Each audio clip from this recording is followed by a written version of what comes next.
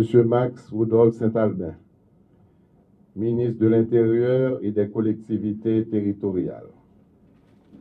Ingénieur Claude Prepti, directeur général du Bureau des mines et de l'énergie et coordonnateur du comité de prépositionnement pour la gestion d'éventuelles catastrophes sismiques dans le Nord. Dr Yolène Surena, représentant du ministère de l'Intérieur et des collectivités territoriales et membre du comité. Ingénieur Gabriel Nicolas, représentant du ministère des Travaux publics et membre du comité.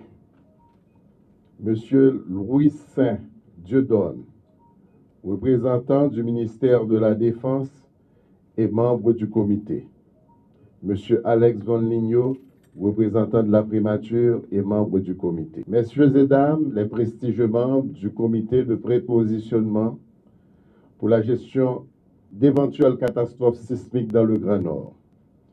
Aujourd'hui, 5 mai 2017, nous ne sommes pas loin de l'énorme bourrasque de 2010. Port-au-Prince et quelques autres villes d'Haïti portent éloquemment les marques terribles du tremblement de terre qui a causé 300 000 morts et des milliards de dollars de dégâts en cette année-là.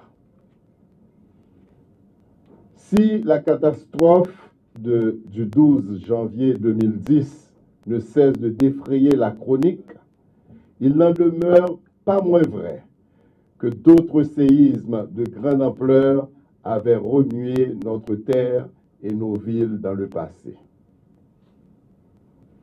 Le 7 mai 2017, soit dans 2 jours, cela fera 175 ans depuis qu'un violent tremblement de terre que l'on considère comme la plus grande catastrophe naturelle de son histoire frappait la République d'Haïti.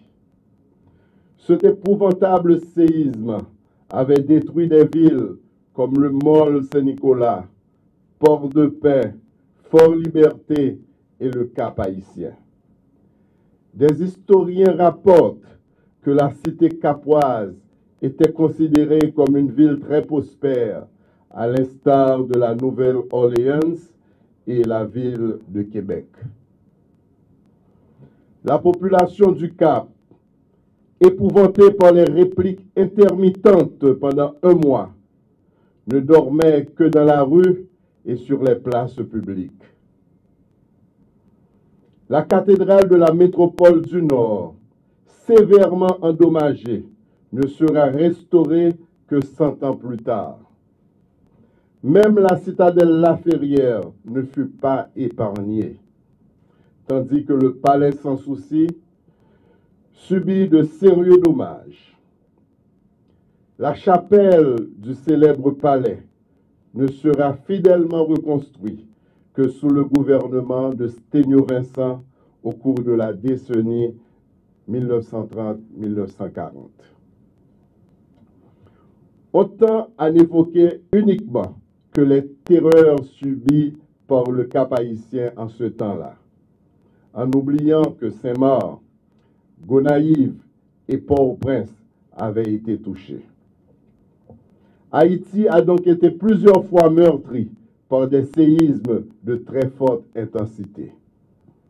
Aujourd'hui, 175 ans après la peur inénarrable causée par le tremblement de terre du 7 mai 1842, nous voulons mettre en place un comité de prépositionnement pour la gestion d'éventuelles catastrophes sismiques dans le Nord. Ce comité, présidé par l'ingénieur Claude Prepti, est composé de représentants des institutions suivantes: Travaux publics, Transport et Communication, Intérieur et Collectivités territoriales, Défense nationale et Primature. Proverbe l'a dit, attention, pas capon. Ingénieur Prepti a dit, c'est pas en fatalité, c'est pareil pour nous pareil. Bien imbu du rôle que doivent jouer les pouvoirs publics en matière de prévision, j'éprouve une satisfaction civique et patriotique profonde en investissant officiellement les 5 membres choisis pour former le comité de prépositionnement pour la gestion d'éventuelles catastrophes sismiques dans le Nord. Messieurs et dames, les membres du comité, j'ai le privilège de vous en féliciter au nom de tout le gouvernement Moïse Lafontaine. Haïti se souviendra de vous et de votre rôle prestigieux de porte-drapeau de la conscience nationale et du savoir-faire national.